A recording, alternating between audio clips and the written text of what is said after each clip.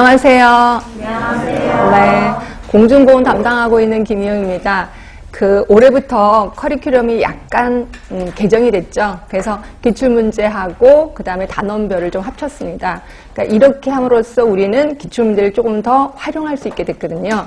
자, 이게 공중보거든요. 그 주기가 명확하진 않지만 한 7년 정도 주기로 그 기출문제가 이렇게 반복되는 경향이 있습니다. 물론 반복되는 게 모든 게 반복되는 건 아니고 그냥 기본적인 이론은 반복되는 그런 현상이 있거든요. 그럼 그동안에 어떤 문제들이 가장 많이 나왔냐면 제일 먼저 나온 게 당연히 역학입니다. 지금 뭐 코로나 때문에 그런지 몰라도 역학이 굳건하게 1위를 차지하고 있고요. 그러니까 역학 부분에 대해서는 정말 모르는 것이 하나도 없게 공부를 좀 해야 되겠다라는 생각이 드시면 되고, 그 다음에 이제 2위 정도가 이제 행정이요. 보건행정 쪽이 있고, 그 다음이 환경 쪽이 2위를 차지하고 있어요.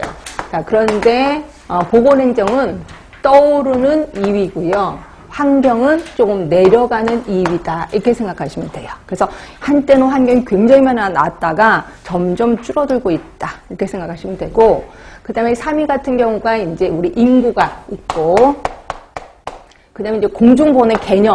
얘네들은 끊임없이 굳건한 3위를 좀 차지하고 있고요. 산업도 그렇습니다. 산업보건도 이제 굳건한, 항상 같은 모습을 보이고 있다. 이게 한 3위 정도. 그런데 이제 개념 같은 경우는 좀 많이 나올 때도 있습니다. 그렇지만 항상 평균을 보면 한 3위를 차지하고 있다. 이렇게 보시면 될 것 같고, 그 다음에가 이제 보건교육 있고요. 그 다음에 학교보건 같은 거 있습니다. 학교보건도 있고, 자, 그리고 뭐 요 정도가 한 문제 정도는 끊임없이 나오고 있다. 그리고 잊을만 하면 나오는 게 이제 위생해충, 그죠? 그 다음에 기생충, 뭐 기생충이라든지 이런 것들이, 잠깐만요. 자, 위생해충이라든지 기생충, 이런 애들. 또는, 집합소. 이런 애들이 잊을만 하면 끊임없이 우리를 괴롭히는 아이들이라고 보시면 될 것 같아요. 자, 그러면 우리는 요 기출문제를 통해서 우리 이제 목표 설정을 좀 할까 합니다. 자, 목표 설정. 대부분 우리 80대, 그러니까 80대 20의 법칙 알고 계실 거예요. 그러니까 충분히 우리가 배웠던 이론 갖고 충분히 풀 수 있는 게 80%. 그래서 이 80%는 충분히 이론으로 커버가 됩니다. 그러니까 결국 우리는 요거를 통해서 이 80%는 굳건하게 또는 강견하게 이론을 확립해야 되겠다. 이론 확립입니다. 어떻게 할 거냐면 제가 가로놓기를 갖고 왔습니다. 가로놓기를 통해서 이론을 다시 한번 확고하게 정립을 해야 되겠다 생각하시면 되고요. 그 다음에 이제 10% 문제는 기존의 이론 갖고 충분히 해결할 수 있어요. 그러니까 약간 창의성이 좀 있는 문제다라고 보시면 되고요. 근데 이제 문제는 우리가 알고 있는 거를 그 문제에 도입을 잘 못해. 그래서 이거 낯선 건데? 우리가 알고 있는 거 안 배웠는데? 이렇게 생각할 수 있단 말이에요. 근데 분명히 우리가 알고 있는 지식하고 충분히 해결할 수 있는 게 10%.